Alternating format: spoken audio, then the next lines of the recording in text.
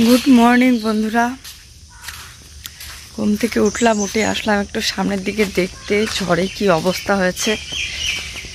কালকে রাতে প্রচণ্ড ঝড় হয়েছে। ঝড়ে কি একদম অবস্থা। হ্যাঁ, কোনটা কাটা লাগে আর কার কোনো সমস্যা হয়নি না? ওই যেটা কাটালে রাস্তা, এই দেখো গাছ উপড়ে উপড়ে পড়ে আছে।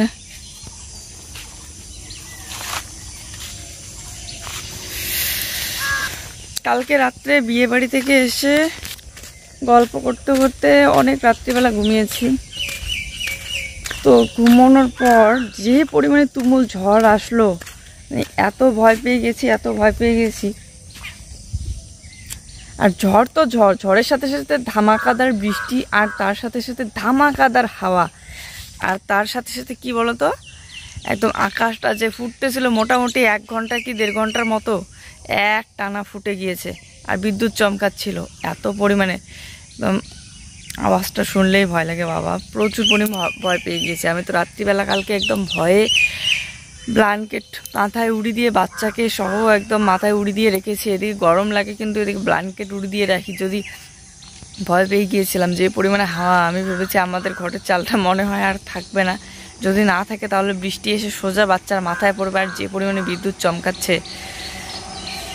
মানে ফাঁকাগুলো দিয়ে আলোটা ঢুকে, আর এত পরিমাণে ভয় লাগতেছিল। আমি বাচ্চা যদি ঘুম থেকে উঠে ডাইরেক্ট চোখ খুলে যদি ওই আলোটা দেখতো তাহলে ভয় পেয়ে যেত। শুধু মনে মনে শুধু ভগবান আল্লাহ দুজনের নাম নিয়ে যাচ্ছিলাম, যাতে একদম খুব তাড়াতাড়ি এই বিদ্যুৎ চমকানোটা ঠিক হয়ে যায়। যদি না চমকে, এত ভয় পাচ্ছিলাম। তো যাই হোক, প্রচুর পরিমাণে ভয় পেয়ে গিয়েছিলাম। আমাদের ঘরটা যেহেতু পড়ে গিয়েছে মাঝখানে, চারিদিকে হাওয়া টাওয়া বেশি একটা লাগে না, হয়তো বুঝতে পারি না, কারণ হাওয়ার সময় তো বের হই না, শুধু হাওয়ার শব্দগুলো কানে আসে। বাইরে বেরোলে বোঝা যাবে কি অবস্থা। চারিদিকে গাছপালা মানুষের একদম উপরে উপরে পড়ে আছে। চলো, ওই দেখো, দেখছো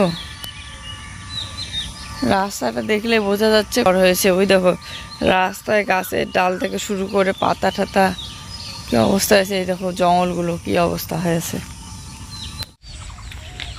এই দেখো, দেখতে পাচ্ছ কত বড় একটা শিমুল গাছ, কি অবস্থা হয়ে গিয়েছে। তো আমি এখন হেঁটে হেঁটে যাচ্ছি, ওই যে 2টা গাছ একসাথে ভেঙে পড়েছে, ওখানে কাছ থেকে দেখবো বলে। কি শখ গোড়া, তবুও দেখো কিভাবে উবড়ে নিয়েছে গাছটাকে, এত একদম শেকড় সহ উবড়ে নিয়েছে। তাহলে কতবারই ঝড় হয়েছে ভাবতে পারছো।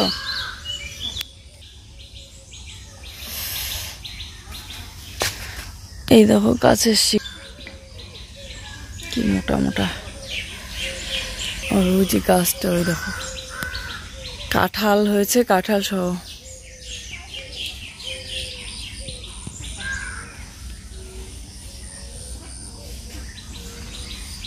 দুইটা গাছ একসাথে। চারিদিকে সববার এত এত ক্ষয়ক্ষতি হয়েছে না, কি আর বলবো। এই দেখো বাবুই পাখির বাসাটা কি সুন্দর করে বানিয়েছে, একদম গেল ভেঙে। কোনো বাচ্চাটাতে ছিল না এর মধ্যে। বাবুই পাখির বাসা,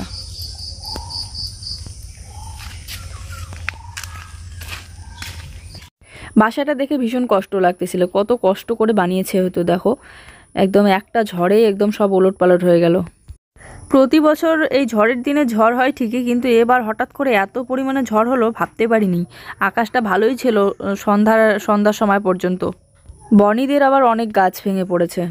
কি অবস্থা, ভেঙে গিয়েছে।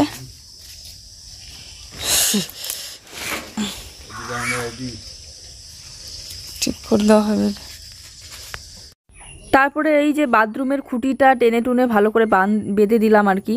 আর এদিকে দেখো কলা গাছ একটা ভেঙে পড়েছে, কলা সহ কি সুন্দর কলা হয়েছিল আমাদের চাংড়ার এখানে। আর এদিকে আমাদের বাঁশ গাছগুলো, বাঁশ গাছের আগা যে কোথা গিয়ে কোথায় ঢুকেছে, একদম কদম গাছের ভিতরে হিলে হেলে সব পড়ে গিয়েছে।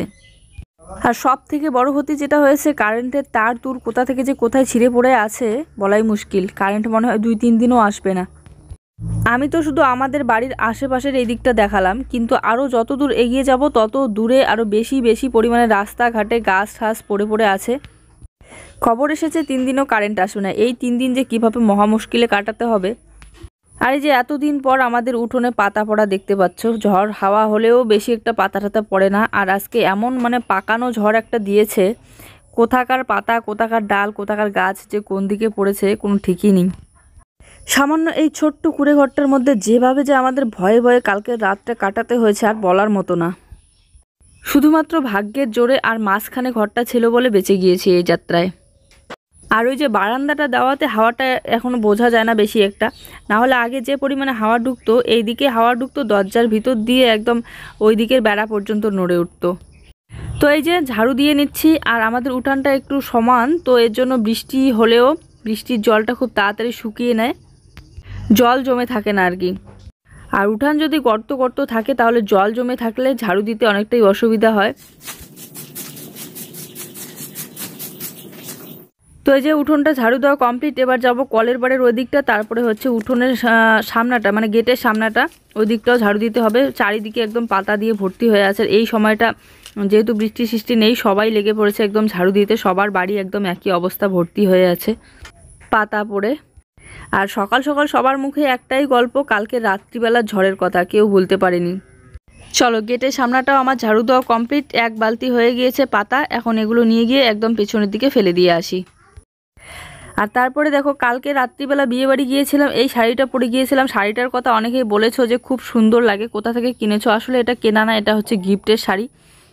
তবে তোমাদের সবারই অনেক অনেক পছন্দ হয়েছে, তার জন্য অনেক অনেক ধন্যবাদ। আর জুইয়ের ড্রেস আমার শাড়ি দুটোরই অবস্থা খুব খারাপ, কেননা জুই বসেছিল আমার পাশে, আর খেতে খেতে যা যা খেয়েছে সব কিছু একদম আমার শাড়িতে মুছে মুছে দিয়েছে, তাই সব কিছুই দাগ হয়ে গিয়েছে। তো এগুলো না ধুলে হবে না, দাগটা বসে যাবে। আর কেমন যেন লাগে নেক্সট টাইম পরতে, যদি এই ঝোলের বা সবজির দাগ ঠাক বসে যায়, মিষ্টির দাগ ঠাক, তারপরে না ধুয়ে যদি পরা হয়। তো আমি হালকা করে একটুখানি সার্ফের জলে জাস্ট কেচে দিলাম, যদি দাগগুলো উঠে যায়। তবে পাড়টার হালকা হালকা রং উঠতেছিল, আর দাগ না ভরলে অবশ্য আমি ধুইতামও না শাড়িটা, এমনিতেই শুকিয়ে ঠুকিয়ে রেখে দিতাম। তো এই যে শাড়ি ধোয়া কমপ্লিট। তবে হ্যাঁ, রোদের মধ্যে দেবো না। এখানে কলের পাড়ের এই দিকটা হাওয়া আছে, রোদ বেশি একটা নেই, এখানে ছায়াই পড়ে, তো এখানটায় দিয়ে দিলাম হাওয়াতে যাতে শুকিয়ে যায়। বেশি রোদে দিলে কালারটা জ্বলে যাবে। তবে এই শাড়ির ব্লাউজটা কাটা ছিল না দেখে পরবো না ভাবতেছিলাম, এর জন্যই এতদিন পরা হয়নি। অনেক দিন আগেরই ছিল এই শাড়িটা। চলো এদিকে আবার বিছানা এখনো গোছানো হয়নি, বিছানাটা গুছিয়ে নেই। কারেন্ট নেই বন্ধুরা, কাজ টাজ ভেঙে গিয়েছে, তার ঠার ভেঙে গিয়েছে, এই জন্য নেই কারেন্ট। অন্ধকারের মধ্যে এখন কাজ করতে হচ্ছে। আবহাওয়ার যে এতটা পরিবর্তন দেয় এত তাড়াতাড়ি, কালকে দেখো কি পরিমাণে আবহাওয়া খারাপ, আর আজকে এত রোদ উঠে গিয়েছে সকাল সকাল। কারেন্ট না থাকায় মানুষগুলো খুব সমস্যায় পড়ে গিয়েছে, কেননা কালকে আবহাওয়া খুবই খারাপ ছিল, আর আজকে সকাল সকাল এত পরিমাণে গরম দিচ্ছে, মানুষ ঘরে তো থাকতেই পারছে না। কারেন্ট ছাড়া আর কি করে থাকবে বলো। একদিকে আগের মতো একদম অবস্থা, সবাই শুধু গল্প আড্ডা। আগে যেমন মানুষ কারেন্ট থাকতো না, হাঁটাচলা করতো, মানুষের সাথে একজন আরেকজনের সাথে গল্প গুজব করতো, সেরকমই অবস্থা। আর কারেন্ট থাকলে তো সবাই ফোনে ফোনে ব্যস্ত, মোবাইলে চার্জ থাকে সবার, তাই না? তো এদিকে দেখো, রাত্রিবেলাকার দুধ ছিল, দুধটা এখন জাল দিয়ে নেব আমি। আর জুইয়ের জন্য একটুখানি দুধ রেখে বাকিটা আমরা দুজনের জন্য চা বানিয়ে নিচ্ছি।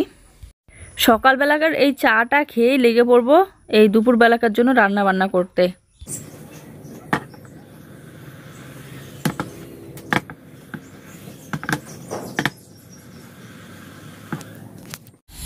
তো কালকে তো রাত্রিবেলা ঝড় হয়েছিল, আমি ভেবেছিলাম মানুষের সবজি যদি নষ্ট হয়ে থাকে সকাল সকাল নিয়ে আসবে বাজারে বিক্রি করতে।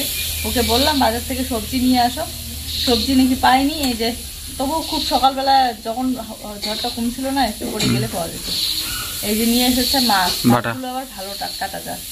আজকের মাছ বাসাটা দেখছো কত সুন্দর হয়েছে, টাটকা তাজা থাকলে ইয়ে হয়, পেটের ইয়েগুলো ফেলতে হবে। হ্যাঁ ফেলবো তো, কানকোগুলো ফেলতেছি। কান শাখা লাল, বড় মাছ, কানকোগুলো ফেলি। মাছ হলে তো তোমার বাপ বেটিরে খাওয়া দাওয়া একদম ভালো হয়ে যাবে। আমার শাকসবজি ভালো লাগে, তোমার বাদ বাকি হচ্ছে। জুই মাছ খেতে পছন্দ করে, তবে এই মাছগুলোতে না প্রচুর পরিমাণে কাঁটা থাকে, একদম ছোট্ট ছোট্ট কাঁটা, যেগুলো দেখাই যায় না। যতই ভালো করে বাসি না কেন, একটা দুটো তো চলে কেন। তো এই যে বন্ধুরা, মাছটা কেটে ধুয়ে নিয়ে এসেছি আর হলুদ আর লবণ দিয়ে মেখে নিয়েছি। মাছটা ভাজা করে রেখে দিই, না হলে কি হবে, নষ্ট হয়ে যাবে।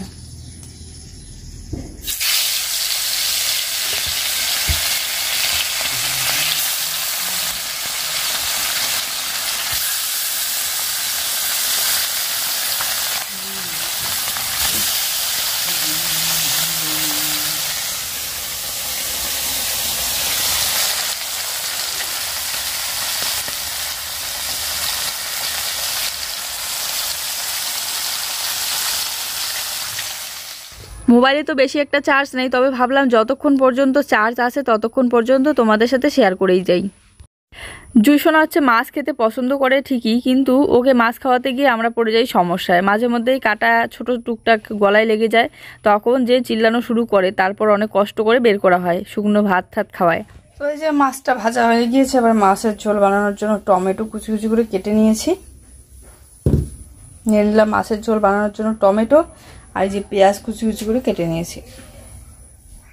তো সবার প্রথমে তেলটা ভালো করে গরম করে তারপরে পেঁয়াজ বাটা আর টমেটো বাটাটা ভালো করে ভেজে নিচ্ছি। ভেজে নেওয়ার পর তারপরে বাকি মশলাটা দিয়ে দেবো এর মধ্যে। এখানে আলাদা করে বেটে নিয়েছি কাঁচা লঙ্কা আর জিরা। তো এই যে মাছের ঝোলের জন্য জল দিয়ে দিয়েছি, জলটা একটু ফুটে আসলে মাছটা দিয়ে দেবো এর মধ্যে।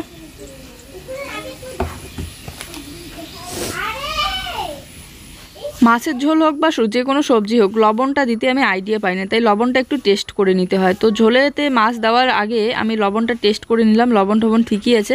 তারপরে এই যে ঝোলটা ফুটে এসেছে, মাছগুলো আমি এক এক করে এর মধ্যে দিয়ে দিলাম। এখন একটুখানি জাল দিয়ে তারপরে নামিয়ে নেবো মাছের ঝোলটা। মাছের ঝোলটা খুব সুন্দর টেস্ট হয়েছিল আজকের। অনেক দিন পর এই মাছগুলো খেলাম। এই মাছগুলো বলতে কি অনেক দিন পর মাছ নিয়ে আসা হলো। তারপরে ভাবলাম শুধু মাছের ঝোল দিয়ে কীভাবে খাবো, আলু তো আছে, এই ছোটো ছোটো আলুগুলো এর আগে কুড়িয়ে রেখে দিয়েছিলাম, ওই আলুগুলোই এখনও আছে। তো এই আলুগুলো ছোটো ছোটো করে কেটে নিয়েছি। এই যে ভাজা বসিয়ে দিলাম, আলুর ভাজা আর মাছের ঝোল, খাওয়া দাওয়াটা ভালো হবে। সবসময় গ্রেভি খেতে খেতে এরকম পাতলা করে মাছের ঝোলও কিন্তু ভালো লাগে। রাত্রিবেলাকার ছিল একটু করে ভাত। এই যে কি করতেছো ব্যাগ নিয়ে? তো ভাবলাম ভাতটা কেন বেকার নষ্ট হয়, ভালোই আছে ভাতগুলো। আর যেহেতু রাত্রিবেলা ঠান্ডা পড়ে গিয়েছিল, তো ভাতটা ভালোই আছে বৃষ্টির কারণে। এই যে গরম পড়তে শুরু হয়েছে, বেশিক্ষণ দেরি হলে ভাতটা নষ্ট হয়ে যাবে। তো আলু ভাজা আর মাছের ঝোল দিয়ে এখন ভাতটা আমরা খেয়ে নেবো দুজনে। তো এই যে বন্ধুরা, আমি এখানে শাড়িগুলো সব ভাঁজ করে নিচ্ছি এক এক করে।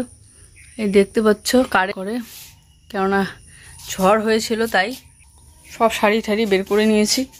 এই যে এই দিকটা একটু একটু করে গুছিয়ে নিলাম, এই যে এই দিকটা ফাঁকা করে নিয়েছি, শোকেসের ভিতরটা।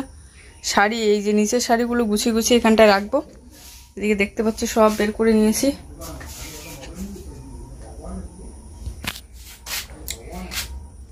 কারেন্ট তো নেই, 2-3 দিনও মনে হয় কারেন্ট আসবে না। অনেক জায়গায় গাছ বড় বড় ভেঙে পড়েছে, রাস্তার মধ্যে কারেন্টের তার ঠার ছিঁড়ে গিয়েছে। আমার মোবাইলে জাস্ট 2% চার্জ রেখে দিয়েছি, যাতে লাইট জ্বালাতে পারি বা টাইম দেখতে পারি। তো তবু কোনো রকম চালাচ্ছি না, তবু ভাবলাম চলো যেহেতু একটু গুছিয়ে নিচ্ছি তো তোমাদের সাথে শেয়ার করি। সুকেসের সব কিছু বের করে নিয়েছি। এগুলো এখন এই যে শাড়িগুলো উপরের মধ্যে রাখবো, তাহলে দেখতে সুন্দর লাগবে। আর শাড়িগুলো আমি যেরকম সেরকম করে ভাঁজ করে রেখে দিয়েছিলাম, আজকে একদম সুন্দর করে পরিপাটি করে গুছিয়ে রাখতেছি। চলো, জুই গিয়েছি স্কুলে।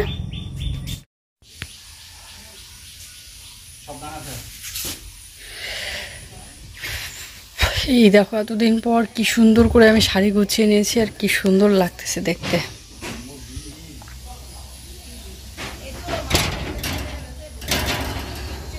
বাজান তো না, বাঁশির সুর শুনি কথা হচ্ছে, দেখবো বাঁশি বাজা।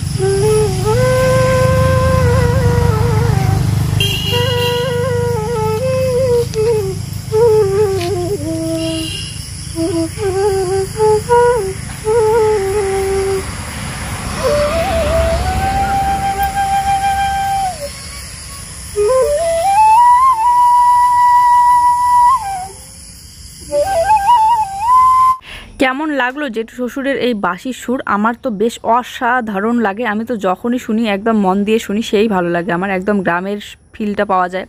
যাই হোক, আজকের ছোট্ট ভিডিওটা এই পর্যন্তই। সবাই ভালো থেকো, সুস্থ থেকো, বাই, গুড নাইট।